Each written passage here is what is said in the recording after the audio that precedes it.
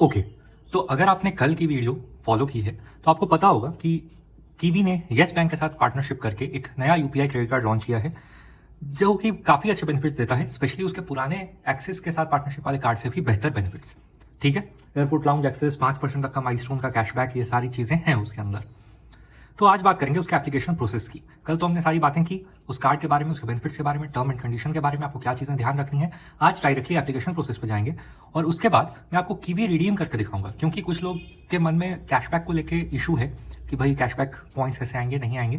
तो मेरे पास 500 से ऊपर कीवीज हो गए हैं, तो मैं आपको रिडीम करके बता दूंगा। ठीक है, और आप देखोगे कि कितना सीमलेस प्रोसेस है, 1 मिनट भी नहीं लगते और वो आपके बैंक अकाउंट में कैसे क्रेडिट हो जाता है। उसी कैलकुलेशन भी देख लेंगे, कितने कीवीज इक्वल टू 1 रुपी, वो सारी चीज़ें भी आपको रिडेम्पशन के टाइम पे पता चल जाएंगी। अब चलते हैं एप्लीकेशन प्रोसेस पे। तो एप्लीकेशन प्रोसेस हाँ, इसके बाद ही होगा। ठीक है, तो ये सारे FAQs थे, ये सारे मैंने आपको बता दिए थे, माइलस्टोन वगैरह का, और ये सारे जो एक्सक्लूडेड कैटेगरीज हैं। अब आ जाते हैं एप्लीकेशन प्रोसेस पे। तो देखो, सबसे इजी तरह से यही है कि पहले आपकी एलिजिबिलिटी टेस्ट होगी, आपको अपना पैन एंटर करना है, DOB मतलब डेट ऑफ बर्थ और पिन कोड। उसके बाद आपको एप्लीकेशन फॉर्म खुल जाएगा, आप फॉर्म भरो, KYC होगी आपकी, वीडियो KYC होती है इसमें, और फिर सेट। अगर आप अप्रूव हो गए तो आपको कार्ड मिल जाएगा। अभी तक किसी भी जगह मैंने नहीं सुना कि वो आपकी फिजिकल वेरिफिकेशन कर रहे हैं।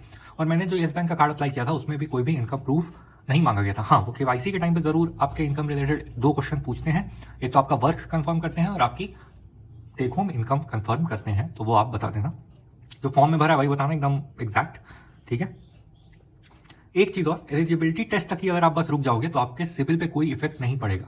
हाँ ठीक है, वो सॉफ्ट इंक्वायरी होगी, आपके सिविल पे कोई इफेक्ट नहीं पड़ेगा अगर आप सिर्फ एलिजिबिलिटी चेक करके रुक जाओगे। यहाँ पे भी वो साफ साफ चीज मेंशन है, this eligibility check does not affect your CIBIL score and won't show up as a credit inquiry.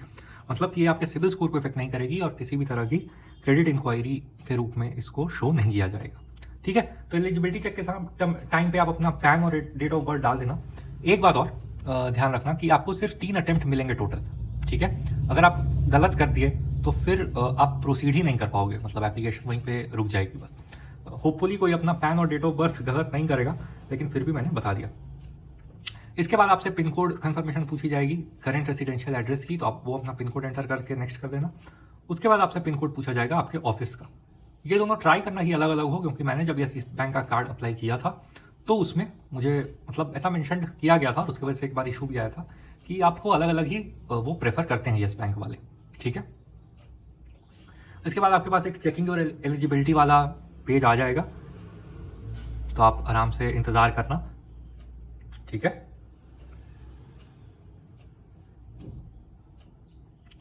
You are all set. तो आपकी एलिजिबिलिटी जैसे ही कंफर्म हो जाएगी तो उसके बाद अपना पर्सनल डिटेल, कॉन्टैक्ट डिटेल और करियर डिटेल, यानी सैलरीड हो या सेल्फ एम्प्लॉयड हो, ये बता के आप आराम से फॉर्म कंप्लीट कर सकते हो। ये सिर्फ 2 मिनट का फॉर्म है इनके हिसाब से, मतलब ये 2 मिनट ही लगेंगे।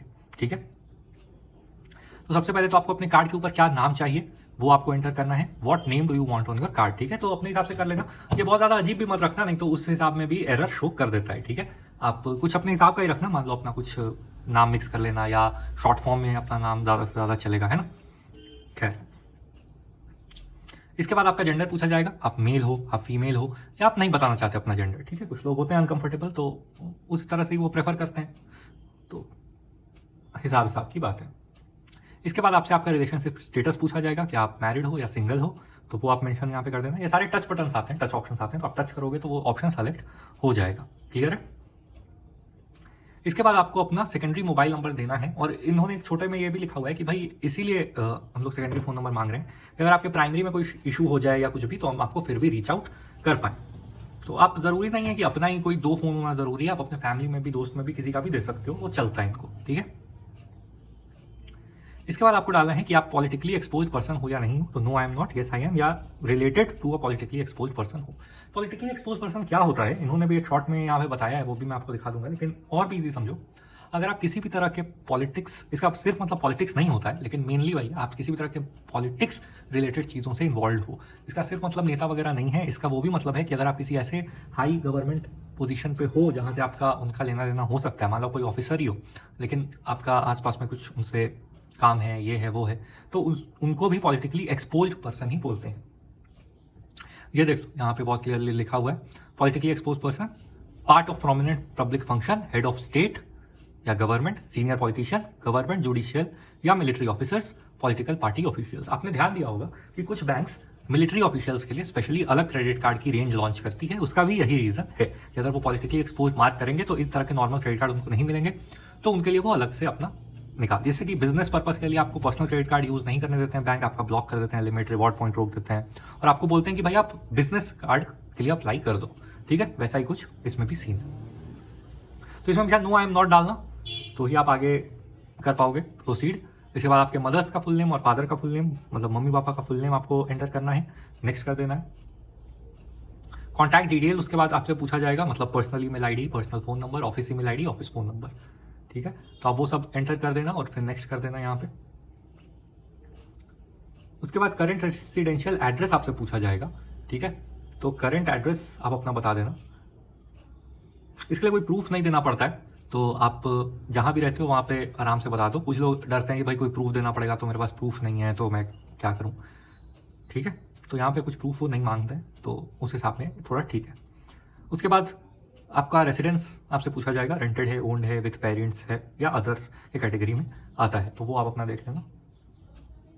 होपफुली ओन्ड या विथ पेरेंट्स बैंक्स प्रेफर करते हैं, ठीक है। फिर आगे आपके मतलब एम्प्लॉयमेंट डिटेल्स, आप एम्प्लॉय हो मतलब सैलरीड हो या बिजनेस ओनर हो, सेल्फ एम्प्लॉयड भी इसी में चल जाता है।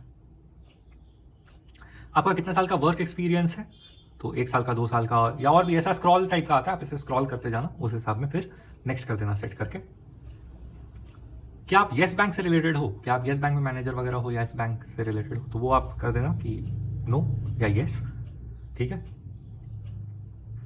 उसके बाद आपसे आपका ऑफिस एड्रेस पूछा जाएगा, तो वो फिर मार्क कर देना, एड्रेस और स्ट्रीट नेम, लोकेलिटी।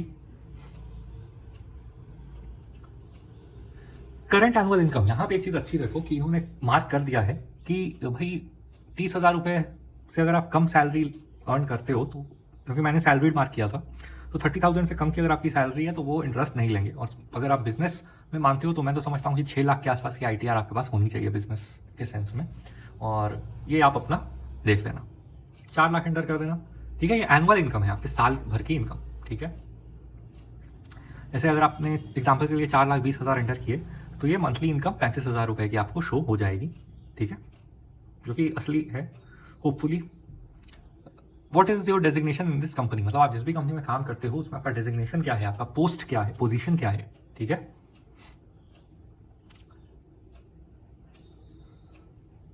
इसके बाद आपको अपना इंडस्ट्री सेलेक्ट करना है, ट्रैवल एंड टूरिज्म रिलेटेड है, इन्फॉर्मेशन टेक्नोलॉजी रिलेटेड है, बैंकिंग एंड फाइनेंस रिलेटेड है, एंटरटेनमेंट एंड मीडिया रिलेटेड है, स्टॉक ब्रोकर के सेंस में आप रिलेशन रखते हो, रियल एस्टेट में आपकी कंपनी डील करती है, या आप मनी लेंडिंग का काम है, या रिटेल ट्रेड है आपका, ठीक है, दुकान वगैरह में आप इस पर मार्क कर सकते हो। एजुकेशनल क्वालिफिकेशन क्या है, ये भी एक सवाल है, तो आप ग्रेजुएट से कम हो, अंडर ग्रेजुएट पे मार्क कर देना, आपकी ग्रेजुएशन कंप्लीट हो गई है तो ग्रेजुएट पे मार्क कर देना, और अगर आपने PG भी कर लिया है, पोस्ट ग्रेजुएशन मतलब जो मास्टर्स डिग्री जिसको बोलते हैं, तो आप पोस्ट ग्रेजुएट मार्क कर देना, ठीक है। इसके बाद आपसे ये 3 टिक करने बोला जाएगा और ये आप 3 टिक करोगे। बस ये ओवर लिमिट फीचर ऑप्शनल है, तो यहाँ पे आप टिक हटा सकते हो, लेकिन ये दोनों कंपलसरी है, तो ये आपको टिक करना ही पड़ेगा, ठीक है। उसके बाद एप्लीकेशन प्रोसेसिंग आ जाएगा, आपका जो OTP है वो ऑटोमेटिक रीड हो जाएगा, ठीक है। उसके बाद ये आया कि भाई वेट कर लो और हम आपको बता देंगे जब एप्लीकेशन खत्म हो जाएगा। तो होपफुली आप भी यही प्रोसेस करो, आप भी जल्दी से ये कर लो। आधार कार्ड भी आपको आधार कार्ड की भी KYC करनी पड़ती है OTP के थ्रू, डिजी लॉकर के थ्रू, है ना। वहाँ पे लॉगिन करके OTP दोगे तो उनको परमिशन मिल जाएगी आपका डेटा एक्सेस करने की, वो भी करना पड़ता है। उसके बाद आपको वीडियो KYC का ऑप्शन मिलेगा, और ये सब करने के लिए आपको सिर्फ 48 आवर्स का टाइम दिया जाता है, ठीक है। और अगर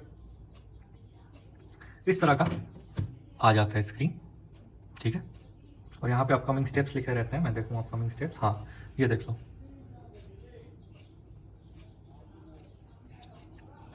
KYC का ऑप्शन है, quick digital verification the bank agent, document needed, Aadhaar card, pan card, ठीक है। पेपर पेन भी रख लेना, ऐसे आजकल बहुत कम बैंक ही मांगती हैं पेपर पेन और सिग्नेचर, लेकिन फिर भी रख लेना अपने पास। E-KYC must be done with in 48 hours of seeing this screen. ठीक है, 2 दिन के अंदर कर लेना। अब तो अब मंडे ऐसे ही हो गया, तो आप मंडे से तो आराम से कर ही सकते हो। संडे का बस किसी किसी बैंक का इशू रहता है। ठीक है, इसी तरह के कार्ड बेनिफिट्स थे।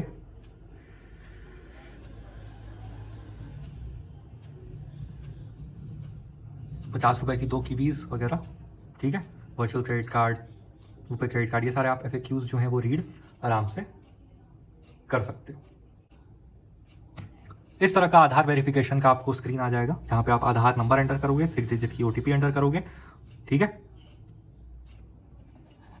येस बैंक ऑफिशियल के थ्रू ही है होता है, तो इसमें डरने की कोई भी बात नहीं है। इस तरह से स्क्रीन आती है, आप अपना आधार नंबर एंटर कर लेना, OTP वगैरह आएगा। ठीक है, OTP की स्क्रीन इस तरह की होगी, सबमिट कर देना। और ये हुआ था मेरे साथ कि रिजेक्ट हो गया था, क्योंकि जो फ़ोन नंबर है वो आधार से मैच नहीं हुआ।